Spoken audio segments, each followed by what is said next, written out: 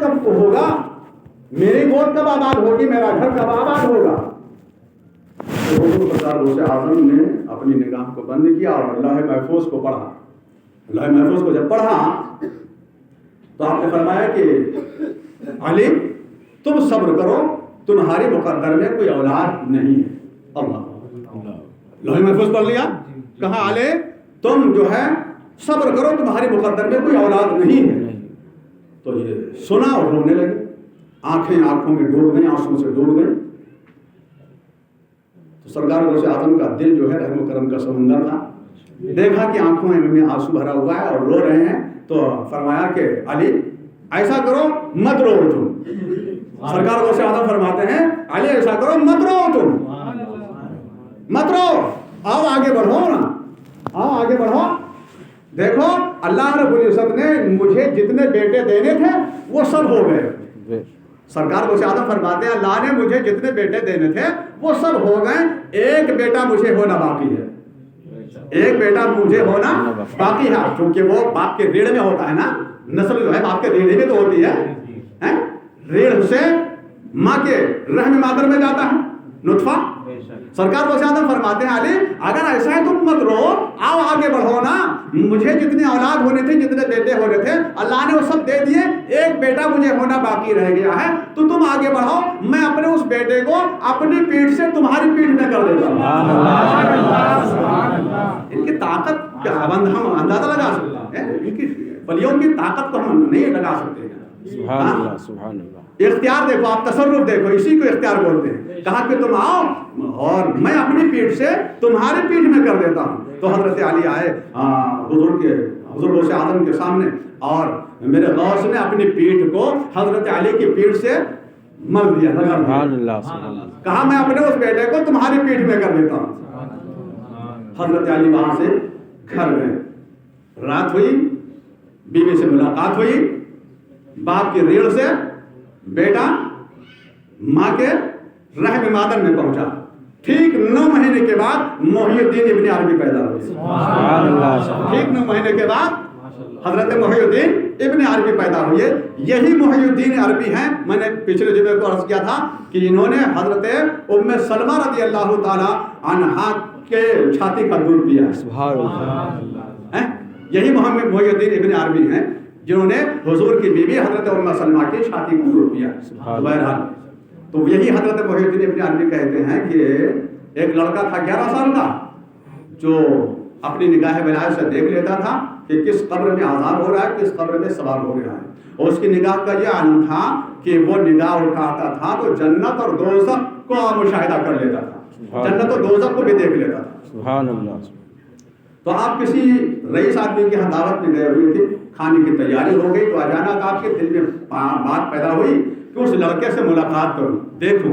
تو آپ نے لوگوں سے فرمایا ہے لوگوں, وہ لڑکا جو نگاہ والا ہے, جو نگاہ کو اٹھاتا ہے اور قبر کے حالات کو دیکھ لیتا ہے, جنت و دوزخ کا مشاہدہ کر لیتا ہے, اگر اس سے میری ملاقات ہو جائے تو میری ملاقات کرا دو. جی. آپ ابھی یہ فرمائی رہے تھے کہ اس سامنے سے بچہ گزر رہا تھا, 11 سال کا بچہ, بس ایسے ہی سمجھ لیجیے سر, بچہ چھوٹا سا بیٹا.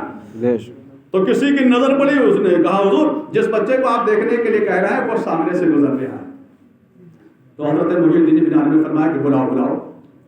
وہ آیا, بیٹھا, جیسے ہی آپ کے قریب پہنچا, حضرت محی الدین ابن عربی نے آگے بڑھ کر کے سینے سے لگایا, پیشانی کو بوسہ کیا, چوم لیا, پاس میں بٹھایا, کہا بیٹا دیکھو ایسا ہے کہ کھانا تیار ہے, دسترخوان لگا ہوا ہے, اور پہلے کھانا کھا لیتے ہیں, پھر آپ سے کچھ بات چیت ہوتی ہے. ولی حضرت محی الدین ابن عربی وہ بھی پائے کے ولی, اور وہ بچہ جو پیدائشی ولی تھا, ولی کو پہچان لیتا ہے, کہا بیٹا بیٹھو, پہلے کھانا کھا لیتے ہیں, کچھ بات چیت ہوتی ہے. پھر کھانے کے لیے جب بیٹھے, ابھی روٹی کو توڑ کر کے شوربے میں بھگو کر کے اس نے اپنے منہ میں رکھا تھا کہ چیخ پڑا, مولا رحم کر میری ماں پر, مولا کرم کر میری ماں پر, بخش دے میری ماں کو. حضرت محی الدین ابن عربی جو تھے وہ چونک پڑے, کہا بیٹا یہ اچانک کیا ہو گیا, تم کیسے چیخنے لگے, کیسے چلانے, کیا ہو گیا؟ تو بیٹے نے کہا حضور میں اس وقت اپنے گھر سے 11 کوس کی دوری پر ہوں, 11 میل کی دوری پر ہوں, اور مجھے گھر سے نکلے ہوئے 11 دن ہو گئے ہیں, حضور میرے دل نے چاہا کہ میں اپنی ماں کو دیکھوں میری ماں کس حالت میں ہے، تو میں نے اپنی نگاہ کو جب اٹھایا تو دیکھا کہ میری ماں انتقال کر گئی ہے، دنیا سے کوچ کر گئی ہے، انتقال ہو گیا ہے میری ماں کا۔ تو لوگوں نے میری ماں کو نہلایا دھلایا کفنایا نماز جنازہ پڑھی اور دفنا دیا۔ دفنانے کے بعد جب وہ چلے تو قبر میں منکر نکیر آئے، میری ماں سے سوال کیا تو میری ماں ان فرشتوں کے سوال کا جواب نہیں دے پائی۔ دیکھو ذرا سی قدرت ہے، بچہ انہی کے پیٹ سے ولی مادر ذات ولی پیدا ہو رہا ہے، اور مادر ذات ولی کی ماں کی یہ حالت ہے کہ قبر کے سوالوں کا جواب نہیں دے پا رہی۔ اللہ کی بنا تو وہ بچہ کہتا ہے کہ حضور میری ماں سے جب فرشتوں نے سوال کیا تو میری ماں نے ان کے سوالوں کا جواب نہیں دے پائی، تو میں دیکھ رہا ہوں، میری نگاہ دیکھ رہی ہے کہ عذاب کے فرشتے آئے اور میری ماں کے سر کے بالوں کو سمیٹا اور پکڑ کر کے گھسیٹتے ہوئے جہنم کی طرف لے جاتے۔ میرے مولا بخش دے میری ماں کو، رحم کر دے میری ماں پر، کرم کر دے میری ماں پر۔ حضرت محی الدین ابن عربی رحمۃ اللہ تعالیٰ نے فرماتے ہیں کہ میں نے حضور صلی اللہ علیہ وسلم کی ایک حدیث پڑھی کہ 70,000 مرتبہ کلمہ شریف اگر پڑھ کر کے کسی مردے کو احسان و ثواب کیا جائے، اس کی روح کو بخشا جائے، تو اللہ رب العزت اس کلمے کی برکت سے اپنے محبوب کے وسیلے سے اس کی بخشش فرما دیتا ہے۔ سبحان اللہ، صرف یہ حضور کی حدیث ہے، جبھی تو اتنا چنا لے کر کٹوں میں لا کر پڑھا جاتا ہے، ایسے میں نہیں پڑھا جاتا جی، اس کی تعداد کم سے کم 70,000 ہونے چاہیے، کم سے کم، ہے نا؟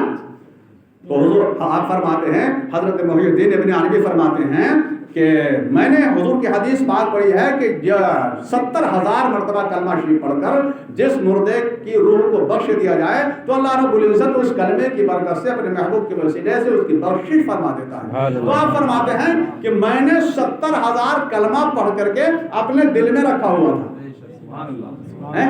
حضرت محی الدین ابن عربی فرماتے ہیں جو سرکار غوث اعظم کی ریڑھ سے پیدا ہوئے، وہ فرماتے ہیں کہ میں نے 70,000 کلمہ پڑھ کر اپنے دل میں رکھا ہوا تھا، کسی کو بخشا نہیں تھا، کسی کو احسان و ثواب نہیں کیا تھا۔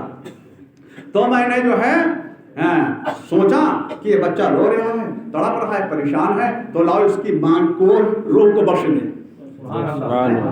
بھائی اللہ کے نیک بندوں کا دل رحم و کرم ہوتا ہے، ان کا سمندر ہوتا ہے، رحم آ گیا آپ کو، آپ ان سے رو کر کے کچھ مانگے کچھ کہیں تو ان کو رحم آ جاتا ہے، ان کو ترس آ جاتا ہے، اور یہ جب رب کی بارگاہ میں سوال کرتے ہیں تو رب ہماری بات تو ٹال سکتا ہے لیکن ان کی بات نہیں ٹالے گا۔ تو حضرت محی الدین ابن عربی فرماتے ہیں کہ لاؤ بچہ تڑپ رہا ہے، اس کی ماں کی روح کو بخش دیں، احسان و ثواب۔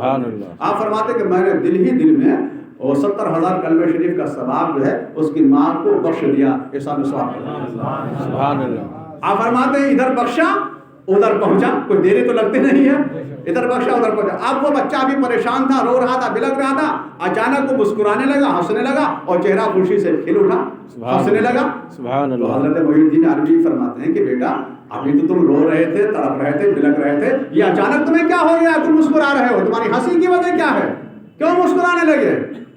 تو بچہ کہتا حضور ہماری مسکرانے کی وجہ یہ ہے، خوشی کی وجہ یہ ہے کہ میں نے دیکھا، نگاہ اٹھایا تو نور کا ایک جھونکا آیا جو عذاب کے فرشتوں سے میرے ماں کو چھڑا کر کے جنت کی طرف لیے جا رہے ہیں، میری ماں جنت کی طرف جا رہی ہے، جنت میں جا رہی ہے، اس وجہ سے میں مسکرا رہا ہوں۔ سبحان اللہ۔ احسان و ثواب اس کو کہتے ہیں۔ لہٰذا آپ قبرستان پہنچیں، کلمہ پڑھیں، درود پڑھیں، نہیں کچھ آ رہا ہے سورہ اخلاص پڑھیں، وہ بھی نہیں آ رہا سورہ فاتحہ الحمد شریف تو آتی ہی ہے، الحمد شریف پڑھو، درود شریف پڑھو، اس کا احسان و ثواب قبرستان میں جتنے بھی مرحومین ہیں، جتنے بھی وہاں مدفون ہیں، سب کی پورے قبرستان میں جتنے لوگ ہیں سب کی روح کو اس کا احسان و ثواب کرو، انشاءاللہ ہمارا عقیدہ اور ایمان کی پہنچے گا، اس سے ان کو نجات ملے گی۔ آج ہم ان کے لیے کریں گے، کل ہمارے لیے کیا جائے نہیں کیا جائے گا۔ اللہ تعالیٰ احسان کا بدلہ احسان سے دیتا ہے، اس سے بھی زیادہ دیتا ہے نا، احسان کا بدلہ اللہ تعالیٰ احسان سے بلکہ اس سے بھی زیادہ دیتا ہے، تو ہمیں قبر پر جانا چاہیے۔ اور اس کی فضیلت سورہ فاتحہ کی، یہ سورہ شفا بھی ہے، سورہ دعا بھی ہے، بہت ساری فضیلتیں ہیں۔ ایک بات اس کے تعلق سے عرض کر دوں، ایک بچہ نعت پڑھے گا، بھی 2-3 شعر آپ اس سے بھی سن لیجیے، اس کی بڑی خواہش ہے۔ تو سورہ فاتحہ کے بارے میں آتا ہے کہ میں نے ایک روایت پڑھی